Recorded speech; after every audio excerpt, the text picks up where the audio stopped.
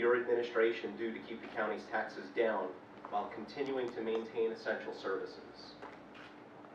Well, I think, Robert, this is an easy one for me because this is what I ran on. I saw and felt the pain that people were dealing with in this county with my predecessor's tax increases. And now I'm hearing about the pain that New Rochelle residents are dealing with on my opponent's taxes. You know, when we came into office, again, we had $166 million deficit was my gift, January 1. And we had to deal with this in an immediate way, which meant we had to really go through the budget and make some very difficult choices.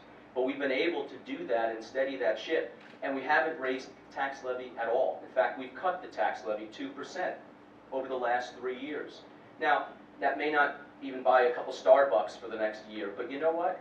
The arrow is going in the right way. It's been stabilized, as opposed to under the Spano administration, the previous 5 years, taxes had gone up 17%. Under Mr. Bramson in New Rochelle and his tenure, he has raised taxes 109%. I mean, that is real money, 109%. There's no reason for something like that. And that is the sharp difference between us.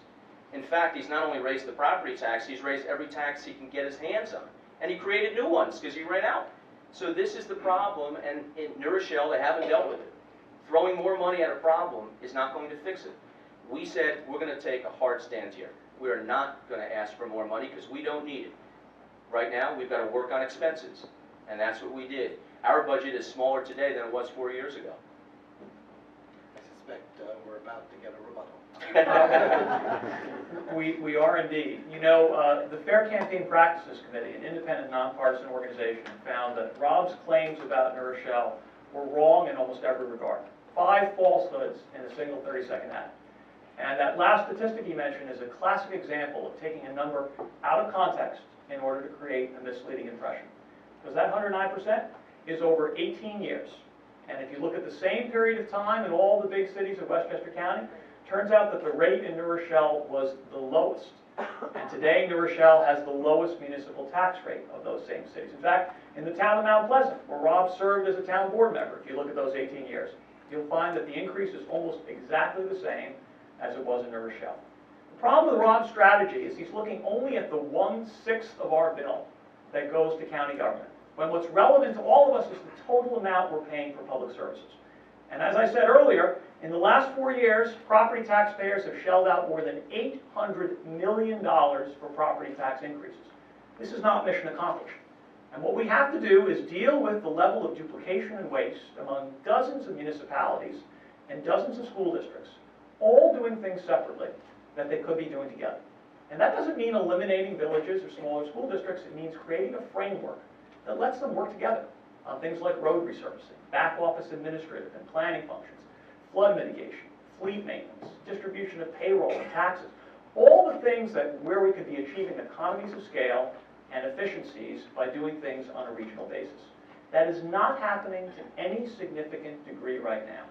And if we are serious about mitigating the tax burden that all of us confront, then we have to have a more serious strategy for doing those things. So for me, it starts with a commitment to the property tax cap. It follows with a serious approach to economic development. And then next is a serious commitment to shared services that can deal with the total tax bill and not the single portion of it that Rob focuses on. And a 30-second follow-up is your entire. This Fair Campaign Practice Committee has 11 Democrats and 1 Republican. We'll start with that. But those tax increases were absolutely correct. Absolutely correct. Now just take your number of 109% divided by 18. That is over 6.5% a year as a tax increase. If you think 6.5% a year is acceptable, then we're really on the wrong page here, because I don't. People can't live in this county with 6.5% tax increases, by the way, not just in the city, but school district and everywhere else. So the 20% of the tax bill that I control and the 20% that you control, city and county, I'm going to take care of my 20%, and we have. We have not raised taxes. You have not done the same with your percent. Okay, thank you.